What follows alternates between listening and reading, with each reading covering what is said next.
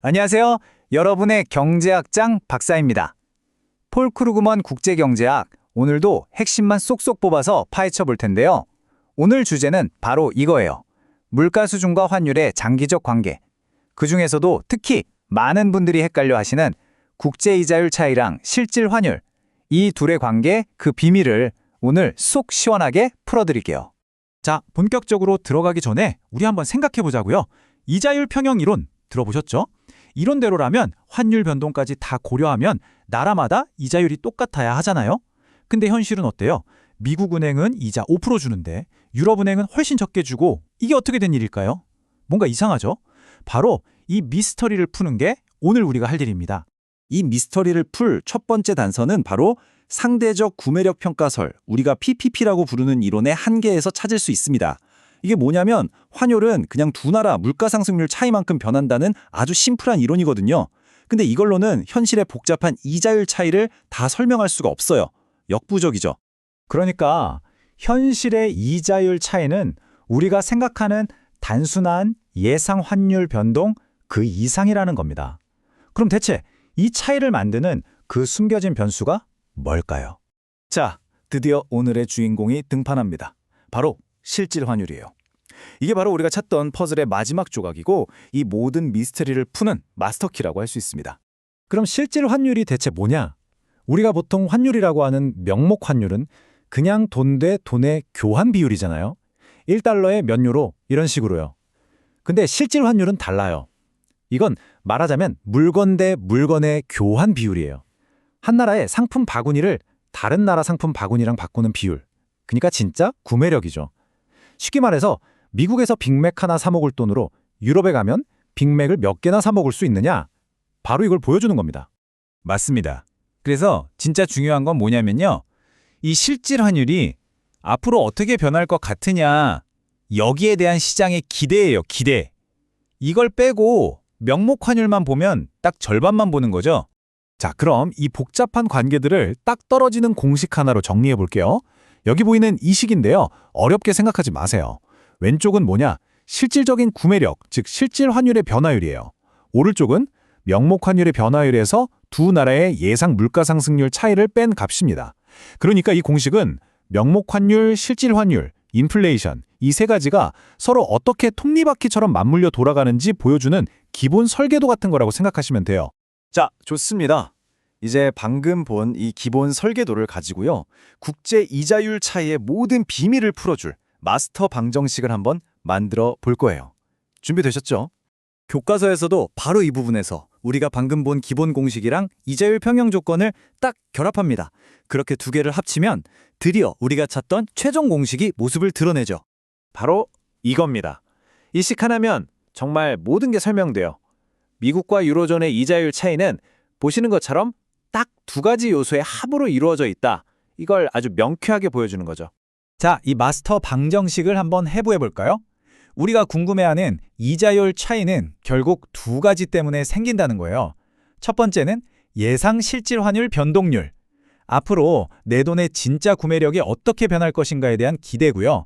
두 번째는 두 나라의 예상 인플레이션율 차이입니다. 간단하죠? 그래서 핵심은 뭐냐? 바로 이겁니다.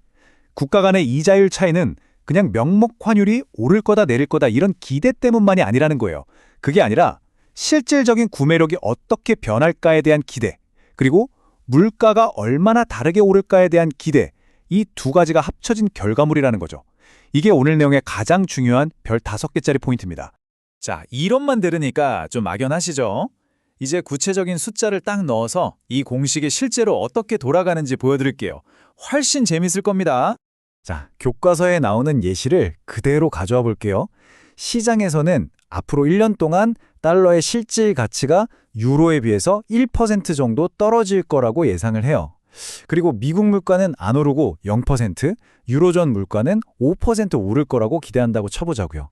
그럼 먼저 공식의 오른쪽 두 번째 부분 예상 인플레이션 차이부터 계산해 볼까요? 이건 쉽죠.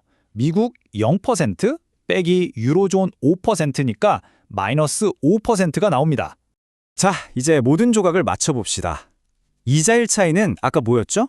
예상 실질 환율 변동률 더하기 예상 인플레이션 차이였잖아요. 그러니까 1% 더하기 마이너스 5%가 되는 거죠. 그럼 결과는 네, 마이너스 4%가 나옵니다. 이 계산대로라면 미국 이자율이 유로존보다 4%포인트 낮아야 한다는 결론이 나오네요. 잠깐만요. 근데 교과서를 보니까 최종 이자율 차이가 6%라고 되어 있어요. 우리 계산이 틀렸나요? 마이너스 4%가 나왔는데. 아니에요. 틀린 게 아닙니다. 사실 교과서의 예시는 우리가 지금까지 한 계산에다가 명목 환율에 대한 기대까지 더한 한 단계 더 나아간 상황을 가정한 거예요. 이게 무슨 말이냐면요. 교과서가 말하는 최종 결론, 즉 6%라는 차이는요. 우리가 본 두 가지 요소, 그러니까 실질 가치 하락 기대 1%랑 인플레이션 차이 마이너스 5%에다가 추가로 명목 환율 자체가 약 10% 오를 거라는 시장의 기대까지 전부 다 합친 결과물이라는 겁니다. 그러니까 투자자들 입장에서는 이런 거죠. 달러의 실질 구매력은 좀 떨어지겠네. 하지만 물가 차이도 있고 명목 환율 자체도 오를 거니까 다 합쳐보면 결국 달러 예금이 유로 예금보다 6%는 더 이득이겠는데? 이렇게 생각한다는 뜻이에요. 결국 이 6%라는 숫자는 시장의 이 모든 복잡한 기대가 녹아있는 최종 결과값인 셈입니다. 자, 오늘 내용이 조금 복잡했죠? 머릿속에 엉킨 것 같아도 괜찮습니다. 마지막으로 오늘 설명의 핵심만 딱딱 찝어보고 정리해드릴게요. 이것만 기억하시면 됩니다. 첫째, 실질 환율은 단순한 돈 교환 비율이 아니라 진짜 구매력을 보여준다는 거. 둘째, 그래서 옛날의 단순한 이론만으로는 현실의 이자율 차이를 설명할 수 없다는 거. 셋째, 진짜 이자율 차이는 뭐다? 실질 환율에 대한 기대 더하기 인플레이션에 대한 기대라는 거. 그리고 마지막으로 바로 이것 때문에 나라마다 이자율이 천차만별일 수 있다는 겁니다. 어때요? 간단하죠? 자, 그럼 오늘 배운 내용을 바탕으로 제가 여러분께 질문 하나 던지면서 마무리할게요. 한번 곰곰이 생각해 보세요. 어떤 나라가 우리나라 물가 확실하게 잡겠습니다! 하고 강력한 인플레이션 통제 정책을 편다고 해봅시다. 과연 이 정책은 오늘 우리가 함께 살펴본 이 복잡한 메커니즘을 통해서 전 세계 금융시장과 어떤 관계를 맺게 될까요? 한번 고민해 보시면 오늘 내용이 훨씬 더 와 닿으실 겁니다. 오늘 설명은 여기까지입니다. 다음 시간에도 더 흥미로운 경제학 이야기로 찾아뵙겠습니다. 감사합니다.